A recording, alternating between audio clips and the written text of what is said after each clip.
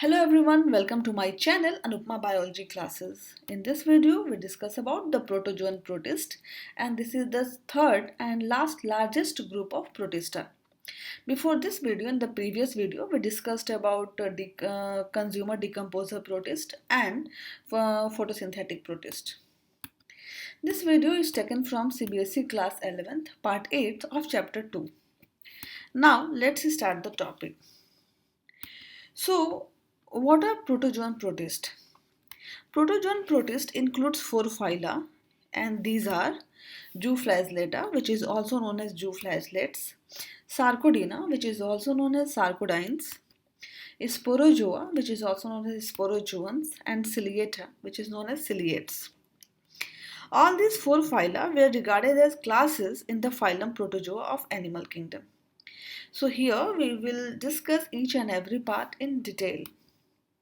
Now, what are the general characters of the Protozoan protist? So here we will see occurrence, form and structure, locomotion, nutrition, respiration, excretion, osmoregulation and reproduction in Protozoan protist. So if we talk about the occurrence, Protozoan protists have worldwide distribution. They may be aquatic, that means in freshwater or marine, terrestrial or parasites. Parasitic forms causes serious disease in humans and animals. They are small, microscopic, unicellular and colorless organisms with the varied forms, shapes like spherical, oval, bell-shaped, spindle-shaped, slipper-like or irregular. And symmetry are like radial, bilateral or irregular. The body is naked, consists of uninucleate or multinucleate protoplasm bounded by a delicate membrane or a film pellicle, theca, lorica or siliceous cell. They have certain specialized organelles concerned with specific functions. If we talk about locomotion, these protists move with the help of finger-like pseudopodia, whip-like flagella, or short and hairy cilia. Some protists move by contraction. Some parasites forms do not possess locomotory organelles. Now, the mode of nutrition is mainly holozoic. Some forms are saprobic.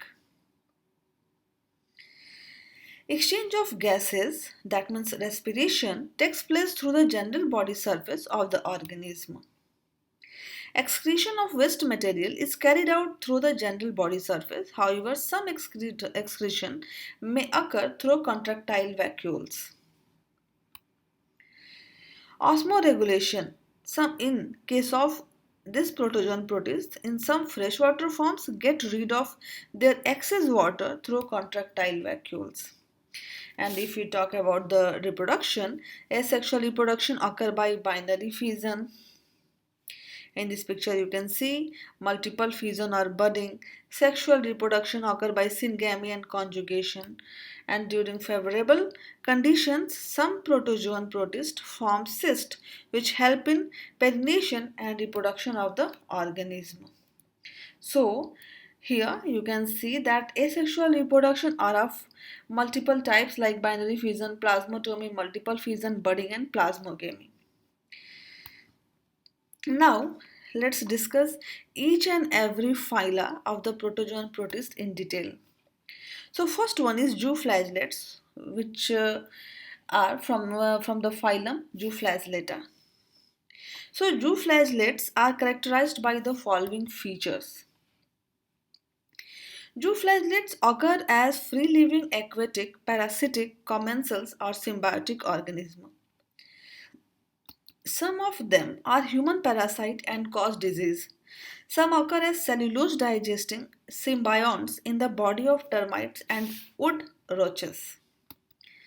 They are generally uninucleate, occasionally multinucleate organism bounded by a film pellicle. So here in this picture you can see this is the pellicle, which is the outermost covering.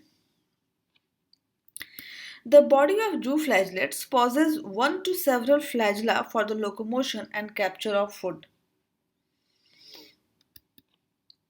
The mode of nutrition is holozoic, saprobic and parasitic.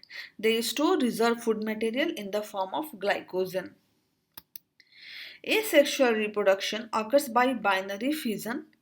Here in this picture you can see this is the binary fission and cyst formation. Sexual reproduction has been reported only in the few forms. The zooflagellates are sometimes regarded as the non-photosynthetic forms of originally Euglena-like photosynthetic flagellata. This is the structure of Euglena. This assumption is based on the fact that the treatment of certain chemicals convert euglenites into non-photosynthetic forms resembling zooflagellates. Now here are some examples of the zooflagellates like Trypanosoma, then Trichonympha, Giardia, Trichomonas and Leishmania. So these are the name of the genus of all the zooflagellates. Now see here the first example, which is known as Trypanosoma gambiense, which is the parasite of sleeping sickness. Trypanosoma gambiense is the parasitic zooflagellate which causes one of the deadliest ailments in the human beings called sleeping sickness or trypanosomiasis. The disease is common in humid and subhumid zones of the African continents. The disease is transmitted by seed-loving sessile fly, which is known as Glossiana palpalis. Here in this picture you can see this is the infected sessile fly, which acts as the vehicle that carries the culprit Protozoan Protist parasite. The disease manifests in it early stages as chill, fever, vomiting and enlarged lymph glands, and in the following chronic stage when the parasite attacks the central nervous system as sleeping and finally death. Now the single-celled zooflagellate, here you can see the structure, has elongated, flat and fusiform body which measures about 5 to 30 micron in length. It has a single whip-like flagellum that arises from the posterior end of the body and extends beyond the anterior end along the lateral undulating membrane. The flagellum arises from a basal granule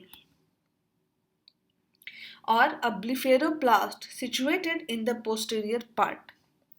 So here you can see that in the structure of this zooflagellate, the body is elongated, flat and fusiform, 5 to 30 micron in length, single whip-like flagellum, and here the flagellum arises from the blepharoplast. The parasite reproduces asexually by the longitudinal binary fission. Here in this picture you can see here the body and here the longitudinal binary fission, and the two daughter trypanosomes are formed. It does not form cyst. Trypanosomes have a complex developmental cycle with growth phase in the human intestine.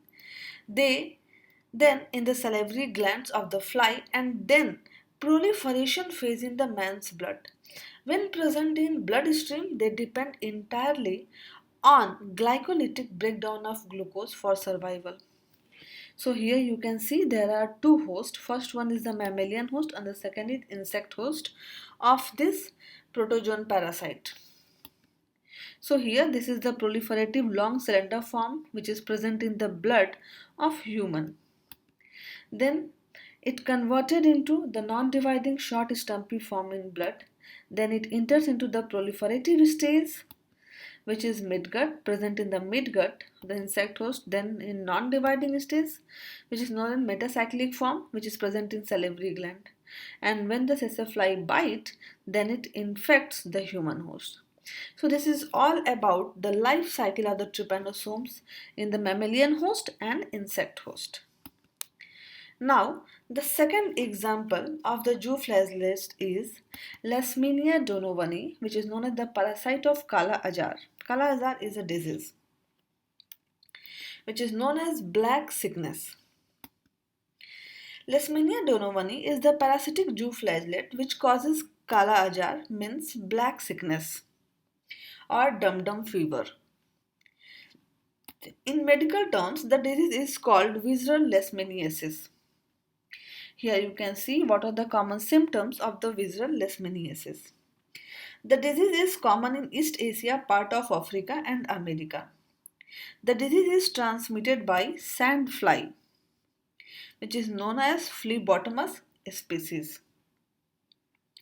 The parasite survives inside the cells of liver, spleen, lymph glands, white blood corpuscles, and inner lining of the blood capillaries. The main symptoms of the disease are continuous fever, accompanied by enlargement of liver, spleen, etc. So this is the life cycle of the Leishmania parasite. Here in this picture you can see.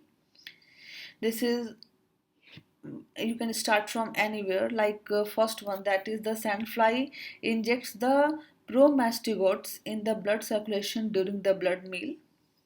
Then phagocytosis of the promastigotes by the macrophages. Then the promastigotes develop in the amastigote form. Then amastigote multiply inside macrophages. Then macrophage rupture and release the amastigotes. Then these amastigotes infect other macrophages. Blood meal become the source of infection to the sandfly. Then amastigote develop the flagella and convert to promastigote form. Then the promastigote multiply in the midgut of the sandfly. Then the sandfly injects the promastigotes in the blood circulation during the blood meal. So this is a life cycle between the human phase and the sandfly phase. The adult parasite is rounded or ovoid in shape, measuring about 1 to 5 micrometer in width. Its flagellum remains within the body, called rhizoplast. The young parasite inside the sandfly is a spindle septum measuring about 14 to 20 micrometer in length. Leishmania reproduces by longitudinal binary fission. It does not form the cyst. So this is also done by the binary fission, which is longitudinal binary fission, like the trypanosomes. Now, after this, see here the third example, which is known as Giardia intestinalis. Giardia intestinalis is the parasitic Jew flagellate which causes giardiasis in human beings. The parasite occurs in the intestine of man and other animals. It also called grand old man of the intestine, because here in this picture you can see this structure look like an old man. The large number of parasites occurring inside the human intestine interfere with the digestion and absorption of food and causes epigastric pain, abdominal discomfort and diarrhea. Severe infection causes headache and fever. The disease is transmitted through food and water contaminated with feces of the infected person. Body of Giardia intestinalis is minute, measuring about 8 to 16 micrometer to 5 to 12 micrometer, pear-shaped, with rounded anterior end and pointed posterior end. The dorsal side is convex, whereas the ventral side is flattened.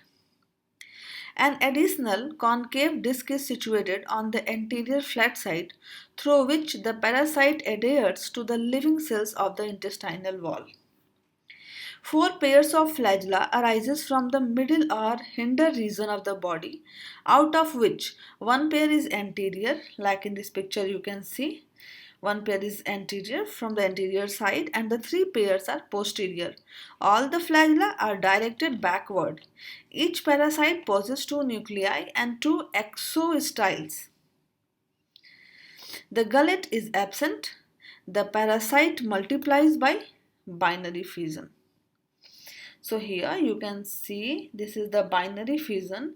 Before this, two examples like the Trypanosomes and Leishmania have longitudinal binary fission.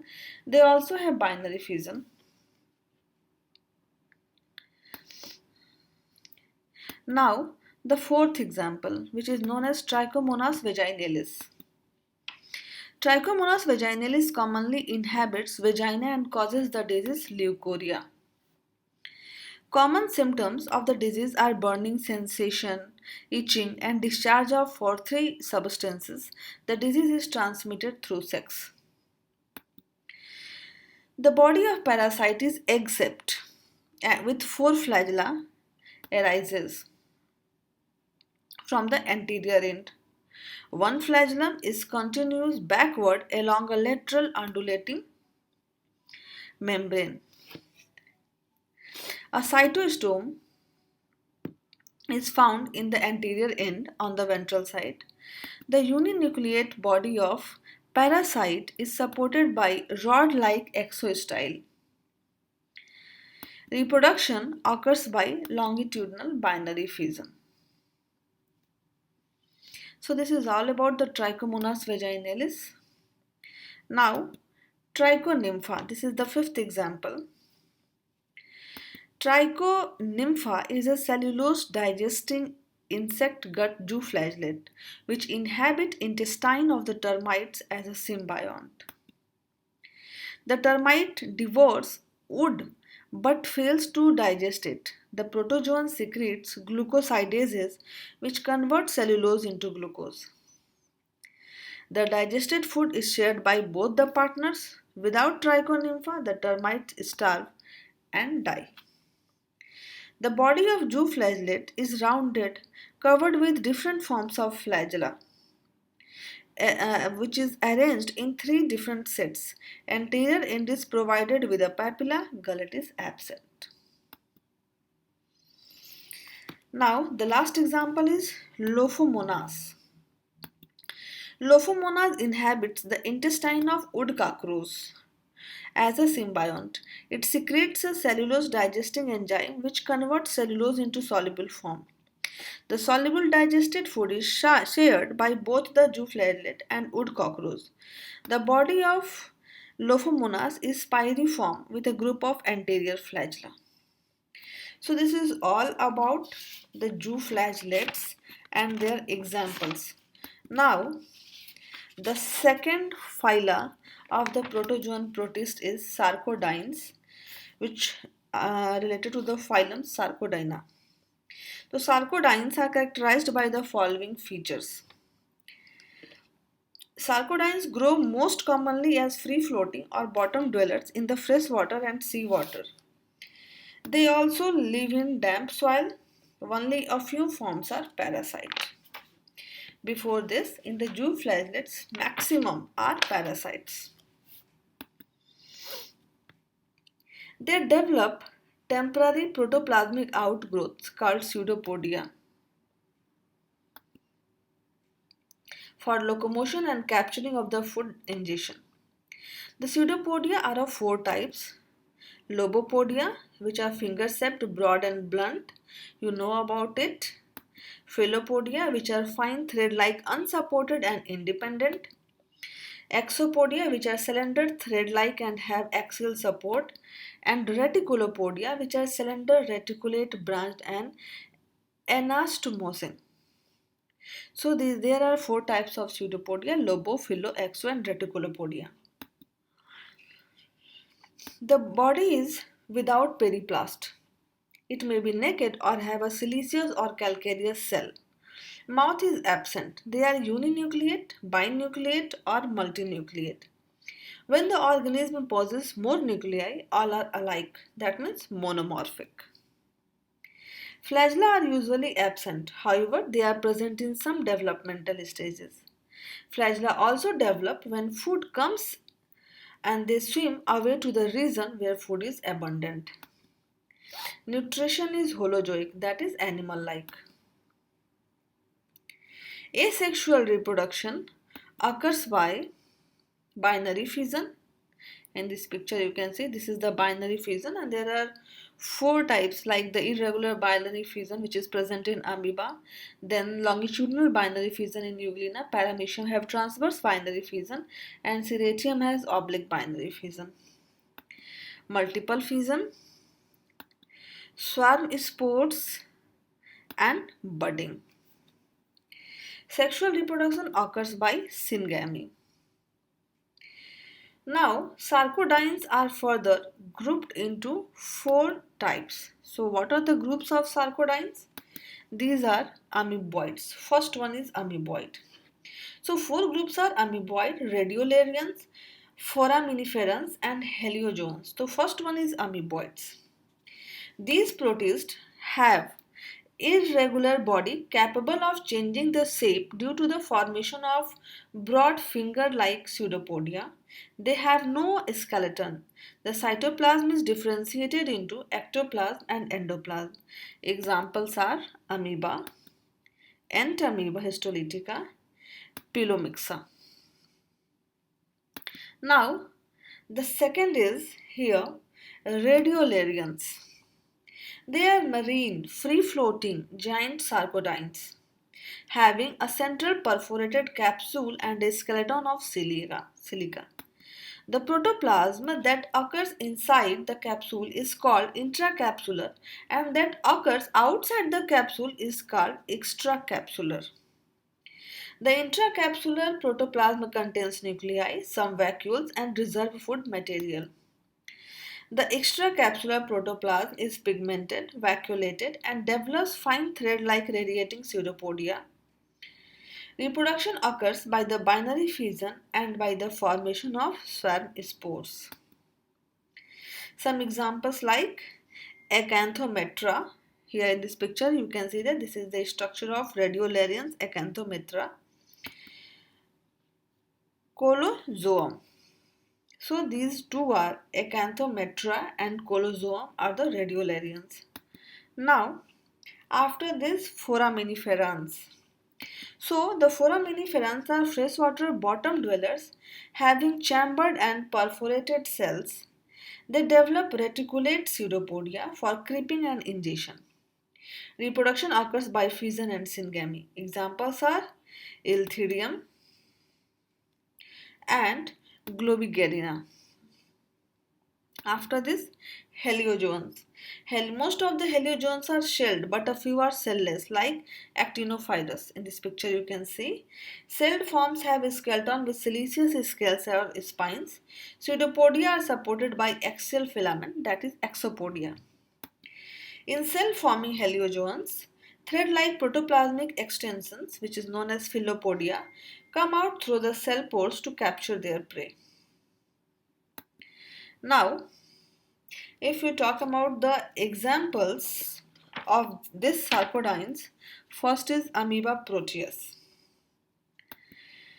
Amoeba Proteus is an aquatic protozoan protist which lives at the bottom of freshwater pools and streams or on submerged objects. It normally occurs in water which has a lot of vegetation, decaying organic matter and bacteria. The mode of its nutrition is holozoic, that means animal-like. The body is irregular or asymmetric, which is capable of changing its shape due to the formation of withdrawal of finger-like pseudopodia. It is 0.25 to 0.6 mm in size, semi-transparent, grayish in color, and covered by plasma membrane. The cytoplasm is differentiated into peripheral ectoplasm and inner endoplasm. The endoplasm contains a biconvex nucleus, a spherical contractile vacuole, several food vacuoles, and other cell organelles. It develops temporary protoplasmic outgrowth called pseudopodia. The pseudopodia are finger-shaped, broad and blunt, which help in locomotion and food capture. New pseudopodia are formed in the direction of movement, while those of other side are withdrawn so that the organism slowly creeps or flows over the substratum. This type of movement is popularly known as amoeboid movement. During locomotion, the organism ingests food particles. The food remains inside the food vacuoles where digestion takes place. The contractile vacuole takes part in osmoregulation and helps to get rid of excess water. Asexual reproduction occurs by binary fission and multiple fission, that is known as sporulation. Cyst formation takes place during unfavorable conditions. Sexual reproduction has not been reported. So here you can see this is asexual mode of reproduction. Now after this, the second example is Entamoeba histolytica. Entamoeba histolytica is a parasitic and pathogenic protozoan protist which resides in the upper part of large intestine in human beings. It causes a disease called amoeboid or amoebic dysentery or amoebiasis. The main symptoms of the disease are abdominal pain, repeated motions with mucus and blood. Infection occurs directly by ingesting food and water containing tetranucleate cyst. The pathogen feeds on red blood corpuscles of intestinal blood capillaries. It damages intestinal mucosa by secreting an enzyme histolysine. Severe infection results ulcer. The pathogenic stage of protist is called Trophozoite or magma.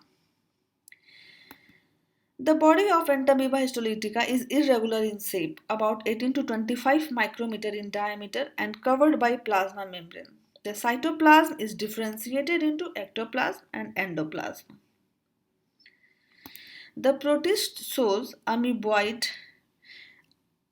locomotion with the help of single pseudopodia or logopodia. There is a single vesicle nucleus and many food vacuoles. The contractile vacuole for osmoregulation is absent as it lives in isotonic solution. Reproduction takes place only by binary fission. Dispersal occurs in the tetranucleate insisted state. So this is about Entamoeba histolytica. Now some questions, notable questions. Why amoebic dysentery results in the repeated motions with mucus and blood? So amoebic dysentery is caused by the severe infection of Entamoeba histolytica. This pathogenic protozoan protist mostly feeds on red blood corpuscles of intestinal blood capillaries. The pathogen also secretes an enzyme histolysine which damages the mucosa of intestine. Therefore, the secretion from ulcerous mucosa of intestine results in the motion with mucus and blood. Next question is, why do mosquito bites itch? It is interesting that only female mosquitoes suck human blood and not the males. When the mosquito bites, it injects a poisonous liquid into the blood. This poison causes the pain and itching and produces the swelling. Now, the third phylum, which is known as Sporozoa. So, Sporozoans are characterized by the following features. All the Sporozoans are endoparasite and pathogenic. They cause disease. The mode of nutrition is parasitic, that is absorptive. They do not possess organelles of locomotion and ingestion of food due to parasitic life. The body has simple structure covered by an elastic pellicle or cuticle. It has a single nucleus. Asexual reproduction occurs by multiple fission. The sexual reproduction takes place by fusion of gametes resulting in the formation of zygote. It is followed by the formation of haploid spores. Life cycle may include the two different hosts, like the human skin and the mosquito stays and the liver stays in human skin. If the mosquito bites, then you can see there are two types. So always human skin or any animal is one host and the second is any insects which is related to the sporozoans. Now after this, the ciliates, which is the last phylum, phylum is Ciliata. So many ciliates live as free living individuals in the fresh and marine water like the paramecium. A few are parasite and pathogenic like Balentidium. Some are colonial and sedentary. The most characteristic features of ciliates is the presence of a large number of cilia on whole body surface. They have a high degree of morphological and physiological specialization. They possess specialized organelles to perform various functions equivalent to mouth, digestive tract, anus, kidney, skin, muscles, and sense organs of the higher animals. They possess cilia for locomotion and to capture food. Nutrition is holozoic except in some parasitic forms where it is absorptive. The body is covered by the flexible pellicle. Freshwater forms have contractile vacuoles for osmoregulation. The ciliates have two different types of nuclei showing nuclear dimorphism. The larger macronucleus controls all. Here in this picture you can see this. This is the micronucleus and this is the macronucleus.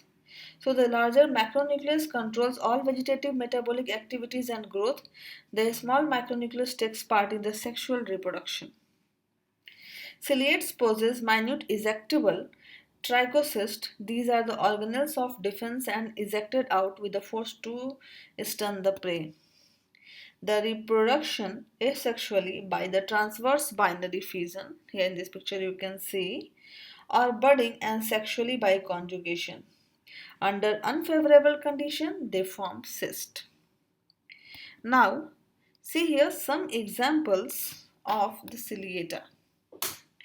So, first one is the paramecium, then verticilla, opelina, podophyta, and balentidium. So, these are the examples of ciliata, and this is the end of this video. In the next video, we will see the kingdom fungi. So this is the end of Protista. If you understand this video, please like and share it and subscribe to my channel Anupma Biology Classes. If you have any questions, any queries or any suggestions, you can ask in the comment section below. Thank you for the watching.